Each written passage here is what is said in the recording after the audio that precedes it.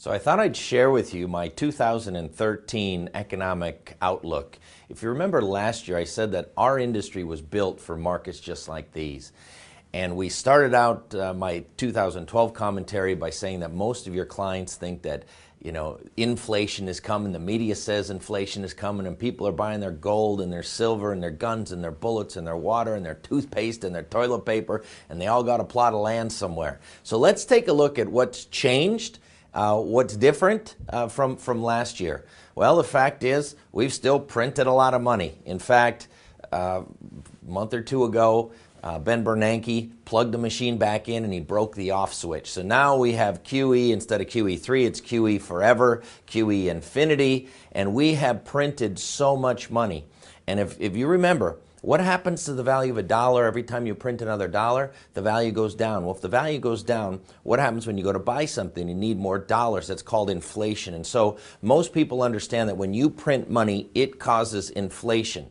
But if you remember, we talked about deflation last year. Why? Because printing money alone doesn't cause inflation. There's two components to the inflation equation. The first is the supply of money, which nobody can argue has gone up like nothing we've ever seen. But the second component is the velocity of money. And just like the supply of money's gone up like nothing we've ever seen, the velocity of money's gone down like nothing we've ever seen, there's still no money velocity. So even though Bernanke's printed $3 trillion and he's turned the printing presses back on, we've really seen no significant core inflation. Now, as I said, Seeking Alpha said what they're seeing is inflation in everything you owe, like food and gas and medicine, and deflation in everything you own, like real estate, and they called it a toxic combination. But let me give you a few more reasons why we could see low interest rates for a protracted period of time. If you look at Japan, Japan has been in a zero interest rate environment for over 25 years. And if you follow the charts of where the U.S. is going over the last few years, you can almost lay it right over the Japanese scenario. Now, there's a lot of economists who say, no, we're not Japan, it's different. But if you lay the numbers out, a lot of the numbers are lining up just like Japan. We could easily be in a zero interest rate environment for 5, 10, 15, 20 more years. So let's review those deflationary pressures that are still significant. Europe has not been fixed, despite what you want to read whenever markets go up every couple months because they've resolved something. The Greece situation has not been solved. Every day it gets worse. They've extended it, this kicking the can down the road that everybody's talking about. All that's happening is they are delaying the inevitable, and in fact, the problems continue to mount because now Portugal's in trouble, Spain's in trouble, and if Spain and Italy ever got to be in serious problems, and Spain had some serious problems earlier this year, you're going to see significant problems. So the European situation has not gone away. Now, let me add to that. Kyle Bass, who I follow, is talking about Japan. And Japan is, what most people don't realize, Japan is far, far, far worse than Greece.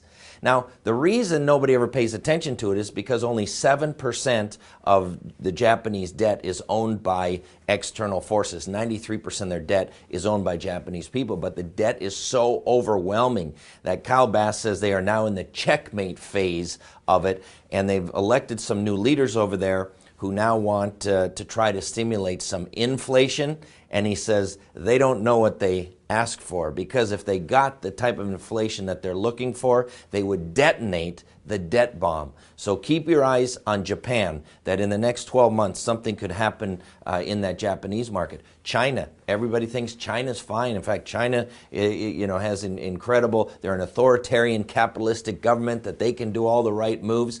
But when you dig a little deeper in China, their corporations are in debt like never before. And who owns most of these corporations? The government, the state. And so even though their national balance sheet looks okay, when you dig deep, China's in big trouble as well. You look at our state and local governments. State and local governments continue to cut, and what many people don't realize is these cuts are going to continue for decades. This is not just 2 or 3 years and we're going to turn this baby around. We're looking at decades of lower spending at the state and local level. The state and local pensions are still underfunded. And now when you look at the federal government, The federal government now is over $16 trillion in debt, climbing $4 billion every single day. We have trillion-dollar deficits as far as the eyeballs can see. You add Social Security and Medicare, you're over $44 trillion of unfunded promises. You add Medicaid, you're over $70 trillion. You add state, local, federal, promises made that can't be kept by either Democrats or Republicans are over $100 trillion. Now, last year after I filmed it, Business Week came out with an article that said why it's worse than you think. They added Fannie Mae, Freddie Mac, VA benefits, military pensions. You know what Business Week's total was? $213 trillion of promises made that cannot be kept by Democrats or Republicans. There's all this talk about the fiscal cliff. Do you realize that even if we went over the fiscal cliff, we wouldn't even be halfway to a balanced budget on a yearly basis, much less digging out of all these 200 and something trillion of unfunded obligations? I would come up with this analogy. It'd be kind of like if you had a 5-year-old boy and he said, "Daddy, I'm going to take all the water out of the swimming pool." And he took his little pail that he has, his little beach pail, and he reaches down and he gets a bucket full and he tosses it out. Meanwhile, bigger brother is over on the other side with a hose filling the pool with water. Now, the deal is that the little boy can only take out 1 bucket a year. Meanwhile, the hose is running all year long. That's kind of the way it is. There has not been one plan proposed by Democrats or Republicans to cut $1 of real spending, of $1 of this debt that we're in.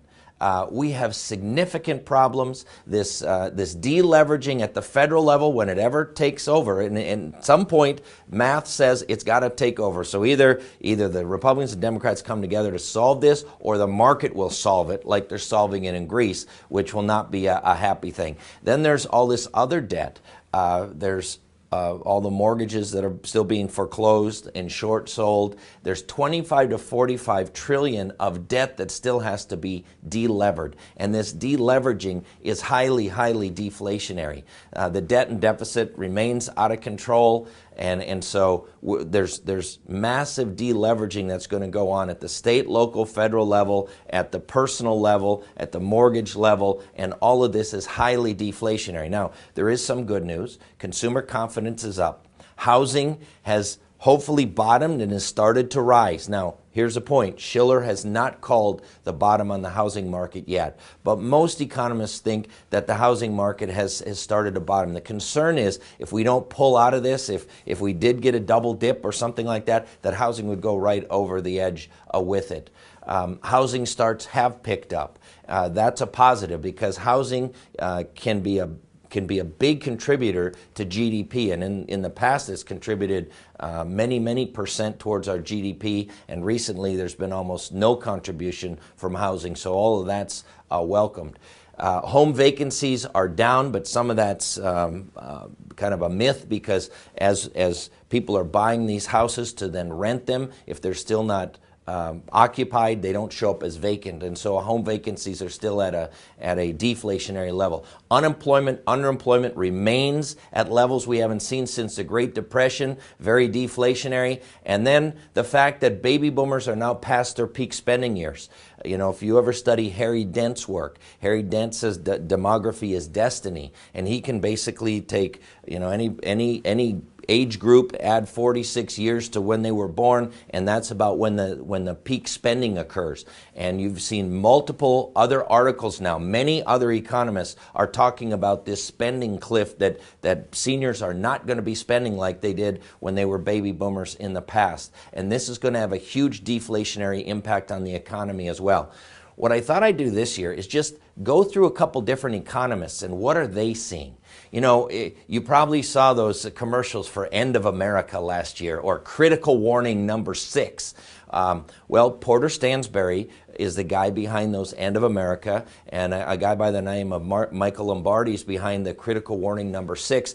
Interestingly, even Stephen Lieb, who I have great respect for, is now kind of in this camp, and they basically believe that the dollar is going to lose its reserve currency status. Right now, the world uses the dollar. Oil is priced in dollars, gold is priced in dollars, and so we have the reserve currency, and there's estimates that helps us up to 25% of our GDP, or 25% of our standard of living is because we're that reserve currency, and they think something else is going to come in there, and if that happens, almost immediately our standard of living will drop 25 to 30%, that we would see inflation, perhaps hyperinflation, and they advocate buying gold and commodities and all of this. My problem with that is, where are people going to go? Are they going to buy euros? They're not going to buy euros. Europe's in a bigger problem than we are. They're going to buy renminbi. China's situation is that they're going to grow old before they get rich. So China's not going to do it. Where are they going to go? The Mideast, Africa? I just don't see it. I don't see that gold could be a reserve currency. Number one, there's not enough gold. And I mean, are you really going to take gold to buy bread down at the grocery store? So I don't see it yet. But I will tell you, there are some very smart people who see that one coming. I don't see it in the near future, and all these critical warnings are like it's going to happen in the next 3 to 6 months. I don't buy it.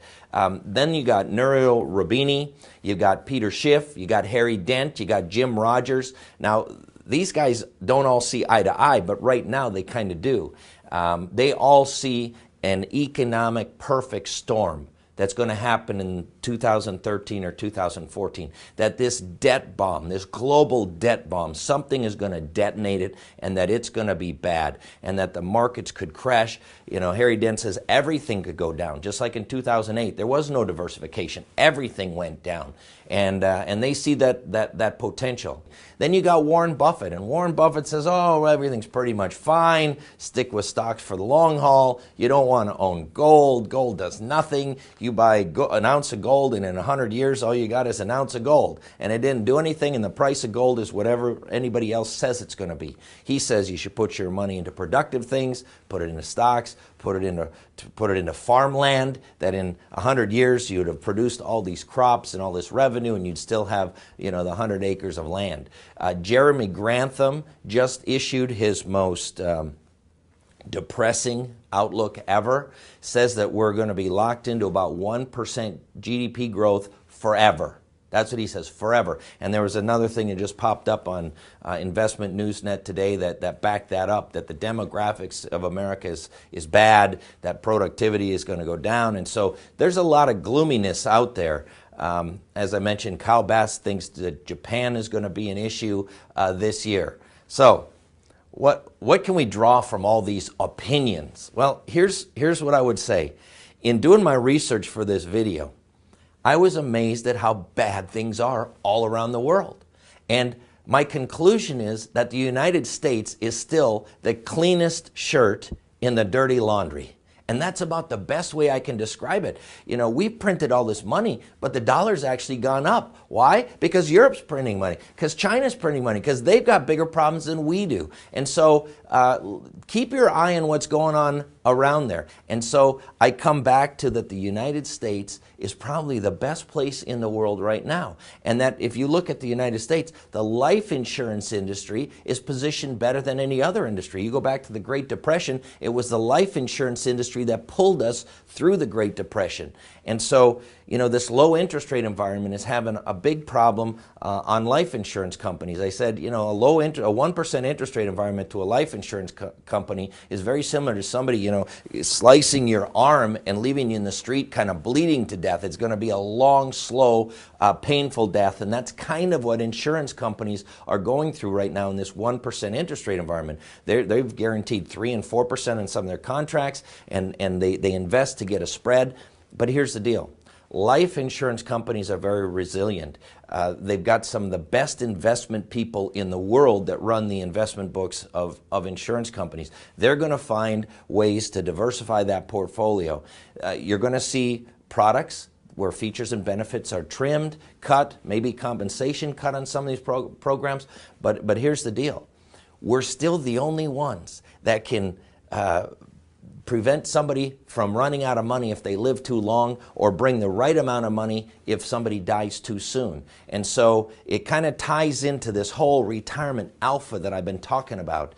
And so you're going to want to watch the video clip on retirement alpha as well, because people aren't getting alpha from interest rates. They're not getting alpha from the stock market. But life insurance and annuities, through the use of these mortality credits, can give people the alpha that they're looking for. And so I would tell you, there will be some companies that fail. There's no doubt. If we had another double dip or a very great recession, depression, there would be some life insurance companies that would fail. But here's the deal. As companies start to fail, people always go, it's called a flight to quality. So stick with the strongest insurance companies. Stick with the best companies out there, and you're going to be just fine. There's no other industry that can protect people from dying too soon or living too long like the life insurance industry.